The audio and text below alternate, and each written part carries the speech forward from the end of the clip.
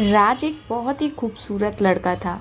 उसकी लंबी कद-काठी, तीखे नैन नक्श और गहरी आंखें किसी का भी दिल जीत सकती थी।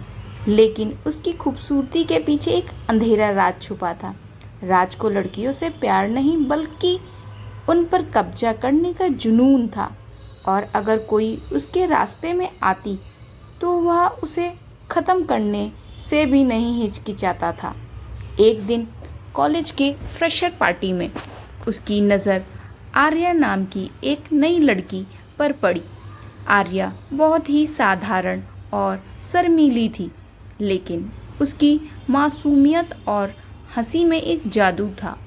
राज ने तुरंत फैसला कर लिया, आर्या उसकी ही होगी। शुरुआत में सब कुछ परी कथा जैसा लगा। राज ने आर्या का दिल जीतने के लिए कोई कसर नहीं छोड़ी। बड़े बड़े गिफ्ट, रोमांटिक डेट्स, हर वक्त का अटेंशन। आर्या, जो एक साधारण घर से थी, इस प्यार में लग्जरी में खो सी गई। उसने मान लिया कि उसे सच्चा प्यार मिल गया है आगे। लेकिन जैसे जैसे वक्त बीता, राज का असली चेहरा सामने आने लगा। उसे आर्या को अपने दोस्त से बात करना पसंद नहीं था। फिर वो उसके परिवार वालों से मिलने पर भी रोक लगाने लगा। आर्या को हर छोटा बड़ा फैसला अब राज से लेना पड़ता था। अगर आर्या किसी बात पर सवाल उठाती तो राज गुस्से में आकर उसे डराने धमकाने लगता था। एक शाम आर्या की एक पुरानी मित्र नेहा उसने मिलने आई।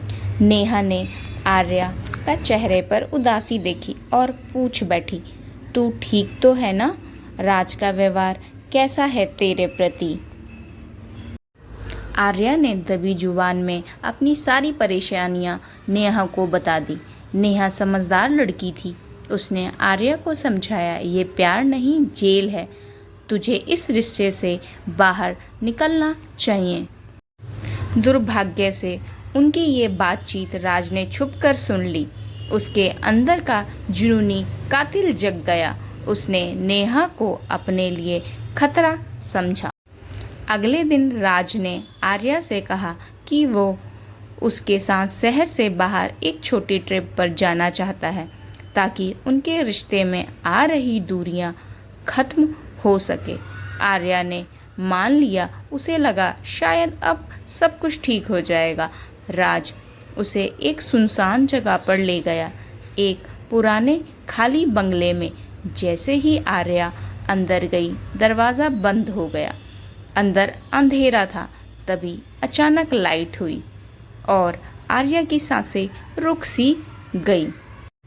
कमरे के बीचों बीच एक कुर्सी पर नेहा बैठी थी। उसके मुंह में रुमाल ठुसा हुआ था और हाथ पैर रस्सियों से बंधे हुए थे। उसकी आंखों में डर साफ झलक रहा था। राज हाथ में एक बड़ी सी छुरी लिए आर्या के पीछे खड़ा था।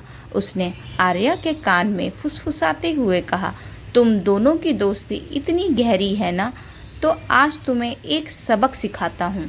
तुम्हारी वजह से यह है, तुम्हारी एक गलती की वजह से इसे यहाँ से आना पड़ा।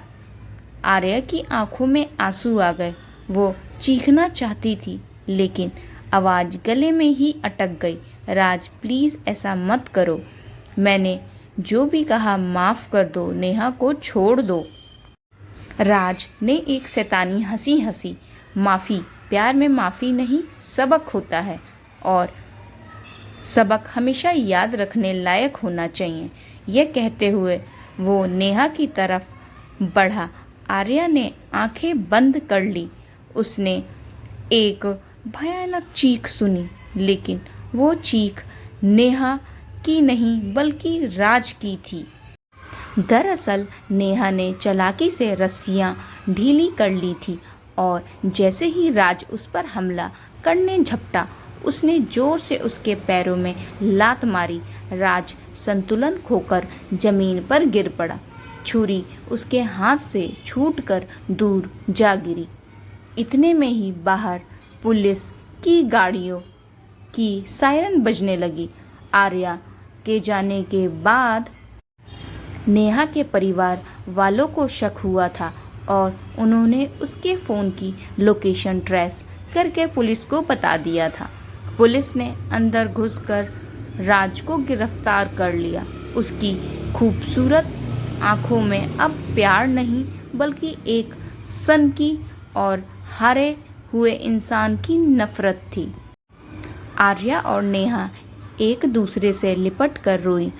उस दिन आर्या ने सीखा कि प्यार नाम नहीं, कब्जे और डर का दूसरा नाम ही होता है और कभी कभी सबसे खूबसूरत चेहरे के पीछे सबसे बदसूरत राज छुपे होते हैं।